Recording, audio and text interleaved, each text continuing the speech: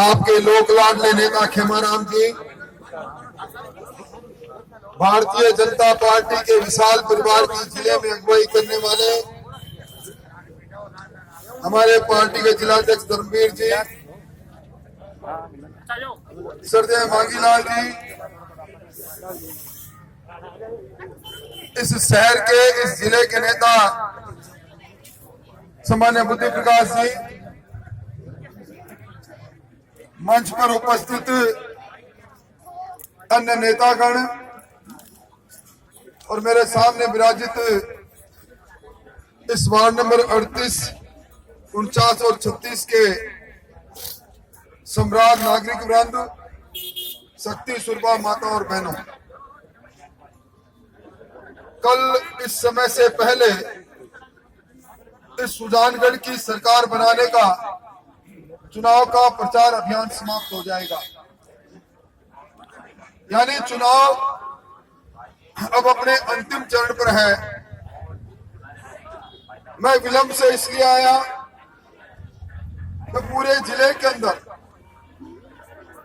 9 जगह पर जहां चुनाव हो रहे हैं वहां कांग्रेस अपना खाता खोल पाए, इसकी मुश्किलें कांग्रेस के लिए लगातार बढ़ती जा रही हैं।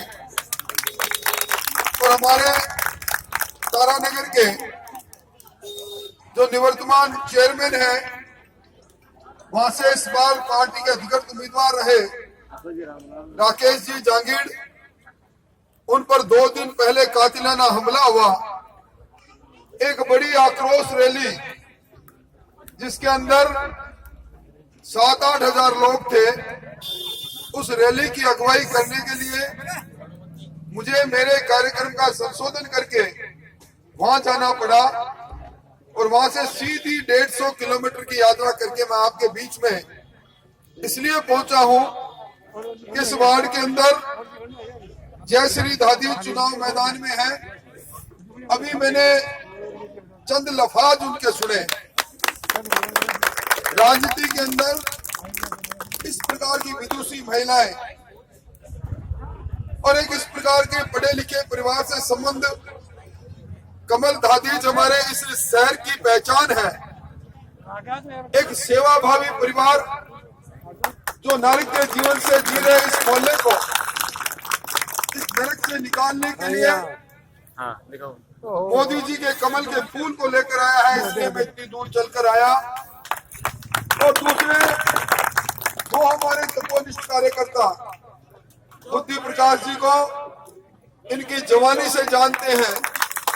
पार्टी के साथ जिस प्रकार टिककर इन्होंने काम किया और जिस प्रकार के पूरे शहर के अंदर पार्टी के लिए मोर्चा इन्होंने कांग्रेस के खिलाफ हमेशा खोला, मैं इन्हीं के लिए इतनी दूर से चलकर आया हूं। आने पर यहाँ की दुर्दशा की कहानी मैंने कई खेमाराम जी और कई लोगों की जबानी से अभी सुना। मैं समझता हूं कि जिनकी रहनुमाई के अंदर ये शहर रहा, सिकंदर जी खिलजी, उन्होंने इस शहर की आत्मा को इस प्रकार लूटा है। हम इतिहास के पन्नों में अलाउद्दीन खिलजी ने जिस प्रकार से हिंदुस्तान को उस समय लूटने का काम किया, ठीक उसी तरह मुझे लगता है कि इस सिकंदर जी खिलजी ने इस सुजानगढ़ के विकास को लूट लिया। सुजानगढ़ के लोग आज रात में अमन चैन से रह नहीं पाए, इसीलिए आपके यहाँ चिपटिया तलाई जैसी नासूर बनकर आपके सामने खड़ी है। भाइयों, कितना अच्छा लगा था विश्व के सबसे लोकप्रिय नेता नाथो तालाब का जब उद्घाटन कर रहे थे, उस समय दुनिया के नक्शे पर यह सुजानगढ़ की तस्वीर तैर रही थी। वो समय भी आपको याद होगा जब सीवरेज की योजना के 250 करोड़ की राशि यहां मंजूर हुई, पर अब इन 2 वर्षों के अंदर उस योजना के साथ जो खिलवाड़ हुआ है वो किसी से छुपा हुआ नहीं है।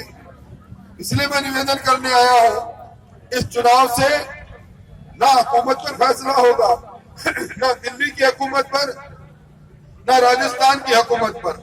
वो सरकारें बन गई और राजस्थान की सरकार की तो मैं बात ही क्या करूं, जो सरकार नाम की सरकार है, काम की सरकार नहीं।